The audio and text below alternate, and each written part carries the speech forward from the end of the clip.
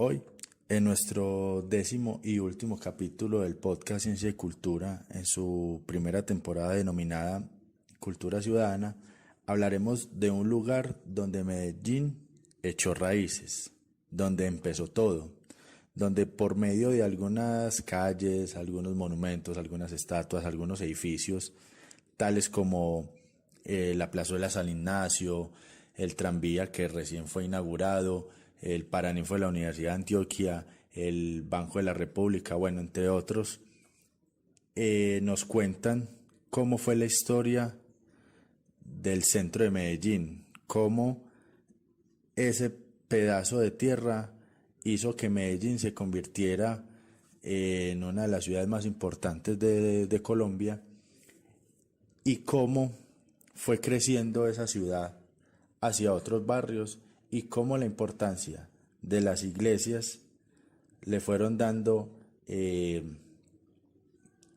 un vuelco a toda la historia que conocemos de nuestra ciudad. Bienvenidos a Ciencia y Cultura, programa realizado por el Departamento de Biblioteca, Extensión Cultural y Fondo Editorial del Instituto Tecnológico Metropolitano de Medellín, ITM. A continuación, escucharán su primera temporada denominada Cultura Ciudadana. Acompáñanos. Y para hablarnos de eso nos acompaña Leonardo Ramírez. Él es politólogo, historiador, filósofo y gestor de la Génesis de Medellín de AFIT. Don Leonardo, muchísimas gracias por aceptar esta invitación y cuéntenos un poco de la historia del centro de Medellín.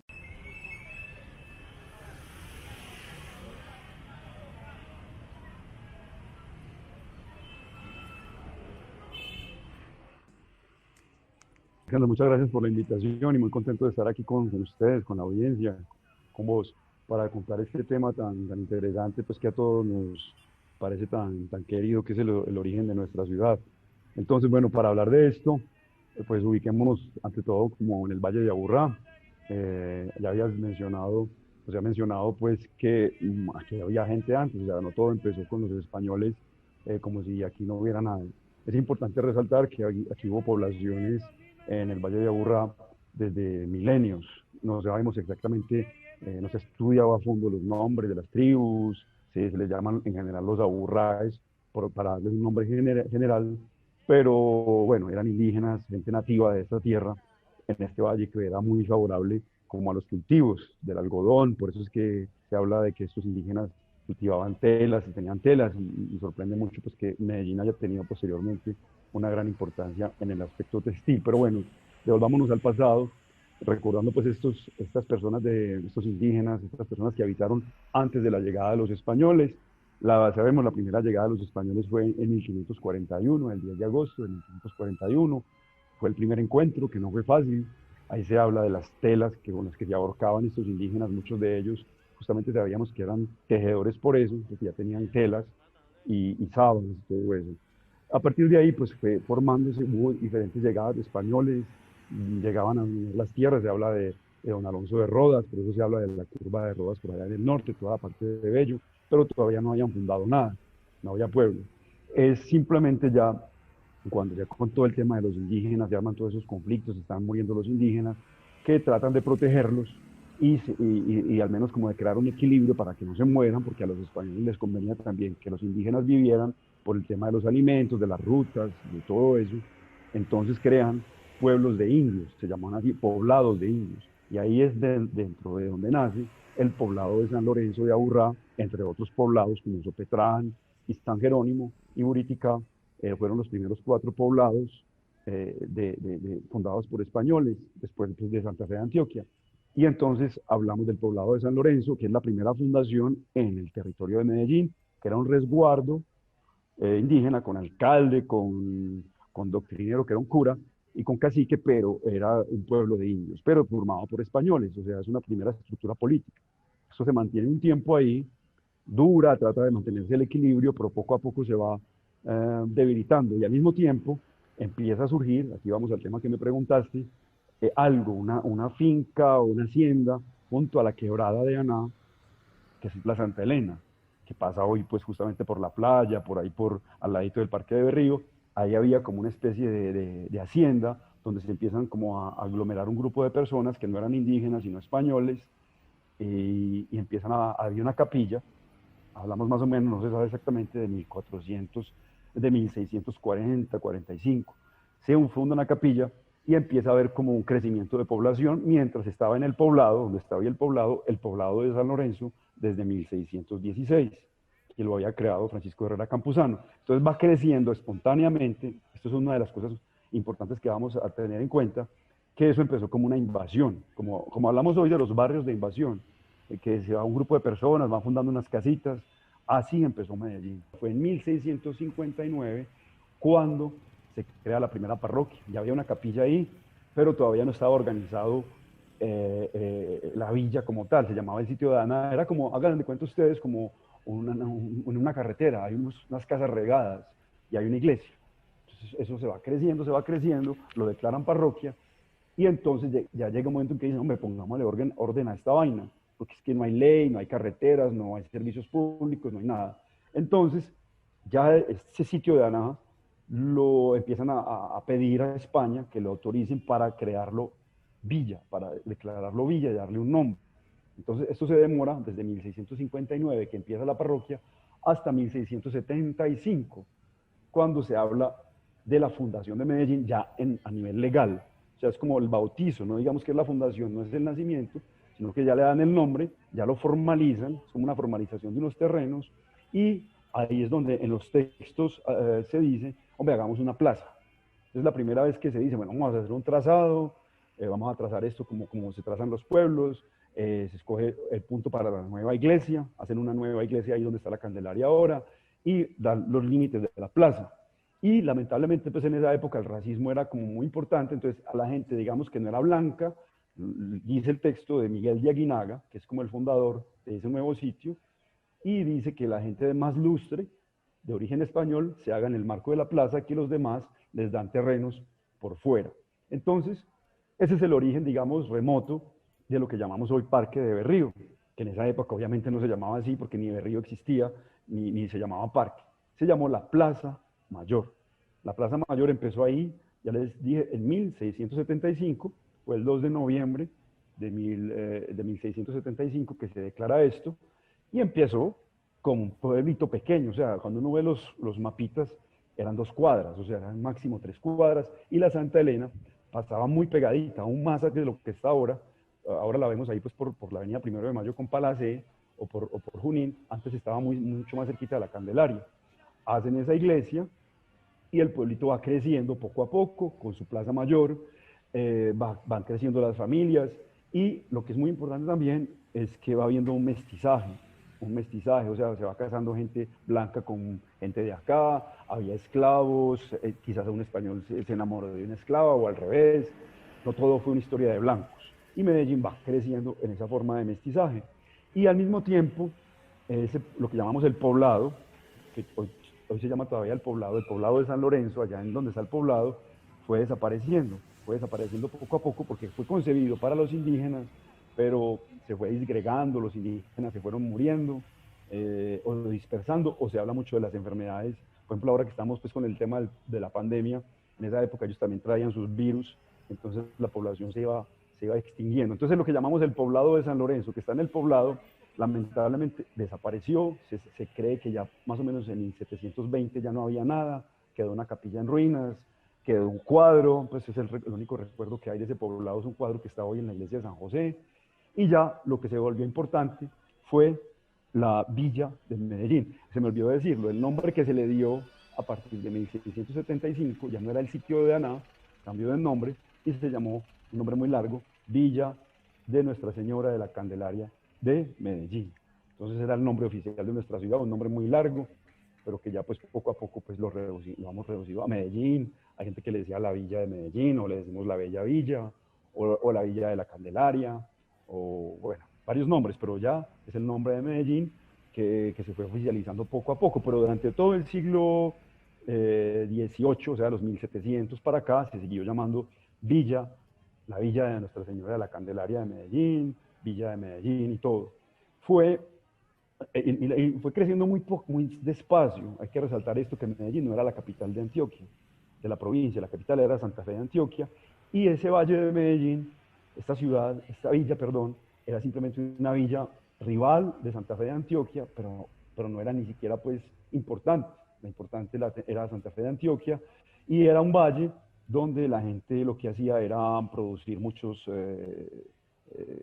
ganado en el norte del Valle de Aburrá. Por eso se llama Hato Grande, Hato Viejo, El Hatillo, Bello se llamaba Hato Grande, Hato Viejo, perdón, porque allá había vacas y el ganado se iba para las minas del norte.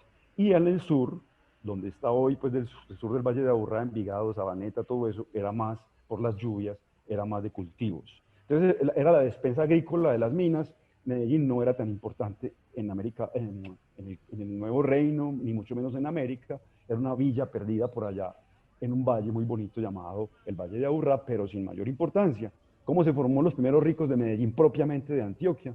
Fueron los antiguos mineros que mandaban el oro para España, ya el oro no se iba para allá, entonces el oro pues empezó a quedarse acá.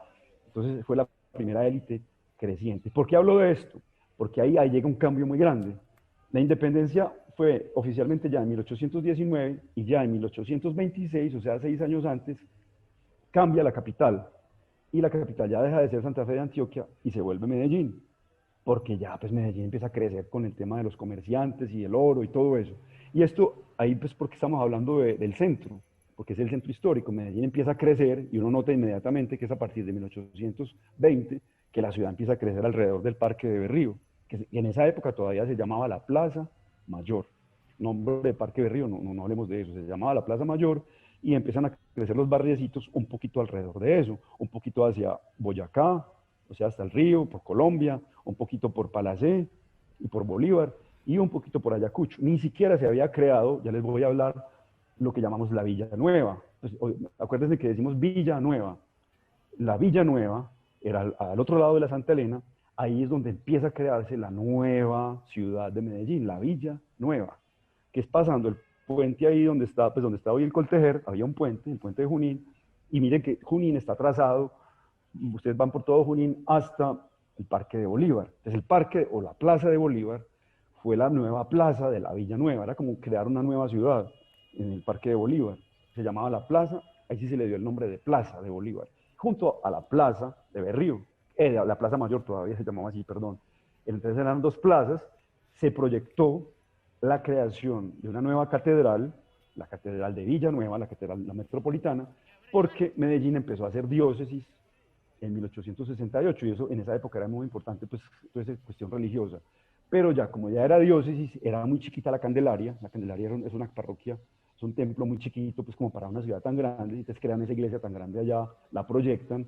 Desde 1875 se proyecta la Plaza de Bolívar con la gran catedral, la catedral que conocemos hoy, que se demoró mucho por todas esas guerras que hubo, por los costos y todo. Pero la Plaza de Mayor, pues seguía siendo muy importante. Leonardo, ¿y por qué se llama Parque Berrío entonces? Bueno, hubo un señor muy importante en esa época, que fue presidente del Estado de Antioquia, en esa época se llamaba Estado, que se llamó Pedro Justo Berrío, que fue el que le dio como ese impulso, digamos, político a Medellín, para hacer diócesis, para hacer capital, para que la industria progresara, creó mucha educación. Entonces se volvió como el fundador de la nueva Antioquia, como el gestor. Pedro Justo Berrío es un tipo muy importante. Entonces a la muerte de él en 1874, pues obviamente se le rindió homenaje, y la Plaza Mayor, que después se llamó un poquitico Plaza de Sea, pero no le duró mucho el nombre por Francisco Antonio Sea, ya oficialmente a partir del año de 1895, 20 años después de la muerte de Pedro Justo Berrío, se le da oficialmente el nombre de Parque de Berrío, Plaza de Berrío, perdón, todavía ni siquiera se decía parque, la Plaza de Berrío. Ese día, el 29 de junio de 1895, perdón, traen la estatua, la que todos conocemos ahí. La estatua está ahí todavía, lleva pues todos estos años. Ese señor de los brazos cruzados es Berrío, y se llama el Parque de Berrío, la Plaza de Berrío. Y después, por una moda muy antioqueña, fue más o menos en 1930, que ya la gente dejó de llamar la plaza. a los parques y lo llamaron a las plazas dejaron de llamarlas dejaron de llamarlas así y las pusieron parques. En todo caso, durante el siglo XX, ese parque de Berrío, ya llamado así Plaza, empieza a ser el escenario del crecimiento, no solamente pues, de los mejores almacenes, todavía vivían muy buenas familias alrededor de él, pues buenas familias entre comillas, familias muy conocidas, pero esas familias se van yendo hacia la playa. Las grandes residencias se construyen ya en el siglo XX alrededor de la playa. Ya el parque de Berrío empieza a ser como la sede de bancos, de grandes almacenes, de la sede de las grandes tejedoras, porque empieza a crecer Coltejer, Fabricato, y se convierte, primero que todo, en un centro como industrial, económico. Y ustedes por eso ven, y eso lo lamentamos en Medellín, que cada 20 años o 30 años tumbaron las casas de Tapia, que eran muy lindas ahí. Medellín sería prácticamente como Villa de Leyva o como Santa Fe de Antioquia, una ciudad colonial. Pero con el tema del comercio, tumban eso y hacen unos nuevos edificios, muy bonitos también, de carácter republicano, de carácter un poco como francés, como europeo, y el Parque de Berrío cogió un aspecto como medio europeo a principios del siglo XX, que dura más o menos unos 30 años. Y como buenos países decimos, no, ya no nos gusta esto porque llegó el progreso, tumban eso porque llega la moda más americana y menos europea y empiezan a construir edificios más a la moda de los años 50, 60. Entonces llega el edificio de Fabricato, que está ahí donde está el metro, y tumban otros muy bonitos que había en el costado norte, donde está Flamingo hoy. Había unos edificios hermosos que tenían nombres de familias, el edificio Hernández, el edificio Lano, el edificio Chavarría, el edificio Gutiérrez, eso lo tumban y crean esos edificios que hay ahora, que a la gente ya no le gustan tanto porque son muy insípidos. Y por el otro lado también había otros edificios muy bonitos, como lo fue el antiguo Banco de la República, donde está hoy la Bolsa, donde está el Banco Popular, estaba el edificio La Linde. Y eso se va transformando. Entonces en Medellín lo único que queda es la Candelaria. La Candelaria es como la sobreviviente de ese cambio constante de la ciudad, y aún máximo, pues ya con la llegada del metro, pues me adelanto un poco, la estación del metro pues que se construyó ahí ya cambió realmente la cara de lo que llamamos el Parque de Berrío. Pero el Parque de Berrío, por mucho tiempo, le tocó a nuestros padres, a nuestros abuelos, era el lugar de cita, de encuentro, nos encontramos junto a la Candelaria, junto a la estatua, era el lugar de, allá la fiesta, pues estaba un poquito por los lados, más bien por Junín, o por la avenida Primero de Mayo, los bares importantes, el comercio ya empezó a irse por Junín, por Palacé.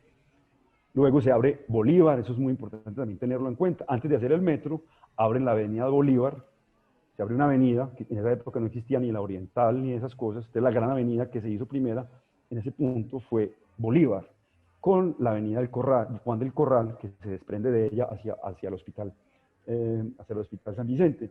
Entonces fue la primera avenida de doble carril, y ya luego empieza como a desplazarse todo porque se abre la avenida Oriental en los años 70, está el edificio Coltejer y la avenida Oriental.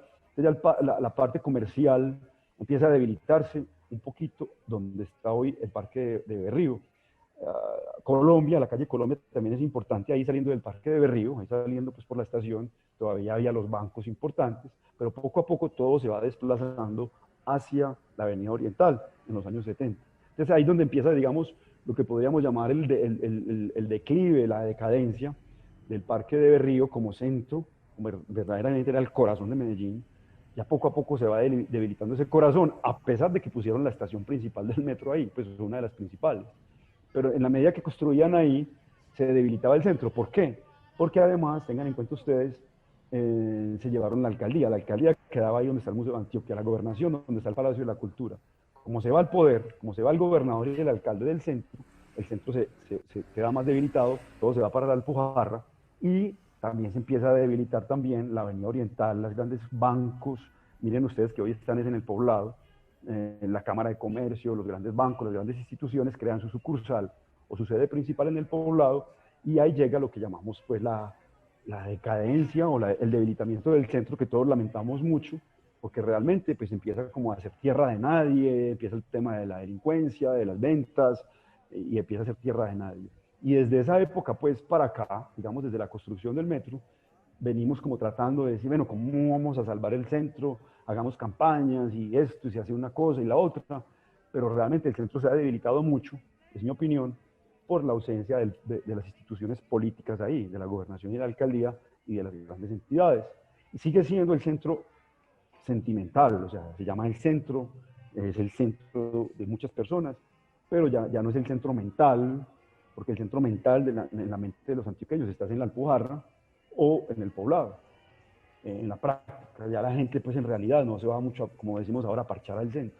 Pues los jóvenes sobre todo, que vamos a parchar pues como se parcha en el Lleras o en el Parque del Poblado, no, lamentablemente ya no es el lugar tan de parche para la gente, aunque se ha intentado, hay mucha vida bohemia, hay teatros, pero el centro pues tiene un gran futuro, es un futuro muy incierto, pero es un lugar muy importante, yo lo reitero. Entonces más o menos es como la historia del recorrido del centro de Medellín a partir de ese eje fundamental que es la calle Boyacá, donde está la iglesia de la Candelaria, Palacé, Colombia y Bolívar. Ese era el corazón de Medellín, ahí fue desprendiéndose y ya poco a poco pues fue creciendo. Estoy haciendo como una síntesis y ya el parque de Bolívar y Prado, pues se me había olvidado mencionar el barrio Prado y Boston, que fue un punto de crecimiento también, como fuera del centro de la clase alta de esa época, donde todavía se conservan unas casas muy bonitas. Lamentablemente, pues del Medellín antiguo histórico, pues tenemos muy poco de edificios, excepto las iglesias y uno que otro edificio, porque pues somos una ciudad que tiene muchas cualidades de progreso, de pujanza, pero muchas veces como con ese deseo de progreso, hay veces como que dañamos mucho lo que es como la identidad, la memoria. Algo usted ahorita mencionaba de las iglesias. ¿Qué importancia tuvieron las iglesias del centro para ese Medellín del ayer? La religión y las devociones que había dentro de las iglesias eran el eje de encuentro. Las iglesias no eran simplemente como un edificio, sino que ante la construcción de la sociedad eran puntos de asociaciones, de solidaridad, de ahí la importancia histórica de esto, de generar, por ejemplo, construir una iglesia. Eso no se sabe, eso no lo mandaban desde el Vaticano, pues la plata, eso lo construía la gente con sus propios dones. En esa época era con dones y con bazares, luego pues sabemos las empanadas en la época moderna, iglesias construidas a punta de empanadas. Por las iglesias marcaban el ritmo del crecimiento, entonces está, por ejemplo, y en esa época se construía, miren, por ejemplo, está la Candelaria, y a 2 cuadras está la Veracruz, que era la ermita de los forasteros, y a 2 cuadras de la Veracruz está San Benito, por toda Boyacá, que era la iglesia de la salida de Medellín hacia Santa Fe de Antioquia, porque Boyacá, la calle Boyacá, no era Colombia, sino Boyacá, era la salida de Occidente. Había un puente por ahí por donde está el Sena. Ubiquen el Sena, la Piloto, ahí había un puente antiguo que se dirigía a Santa Fe de Antioquia, o se pasaba muchas veces a pie. Y luego por Ayacucho, que era la salida hacia Santa Elena, hacia el oriente, está la iglesia de San José, ustedes la ven ahí, y la iglesia de San Ignacio, que era la otra salida de Medellín. Entonces las iglesias eran muy importantes porque en esa época la gente le invertía pues también mucha devoción, pero eran puntos de solidaridad y de encuentro. Por la Candelaria pues sigue siendo como la más histórica y aclaro algo, la gente dice que la Veracruz es la más antigua, no es verdad, la más antigua sigue siendo la Candelaria por unos años, era Punta de Tapia. Leonardo, nosotros acá en este podcast tenemos una sección que se llama 2 preguntas para todos. Y la primera pregunta es, ¿qué libro te ha marcado en el transcurso de tu vida? ¿Qué libro me ha marcado? Pues a mí, El Señor de los Anillos me ha marcado. Pues ese libro lo leí en la adolescencia y lo volví a leer hace poco. Y para mí es como un libro pues pues una historia como muy poderosa, muy simbólica. El Señor de los Anillos. Ok, ¿y qué autor es tu favorito? Mi autor favorito, pues es un conocido hombre, se llama Carl Jung, es un psiquiatra o un humanista, Carl Jung, que trata de muchos temas pues como más de la psicología, del inconsciente, y que se refiere también, como yo estudié política, aún los temas psicológicos tienen que ver mucho con la política. Entonces por eso me ha enseñado mucho este señor Carl Jung en medio de muchas cosas.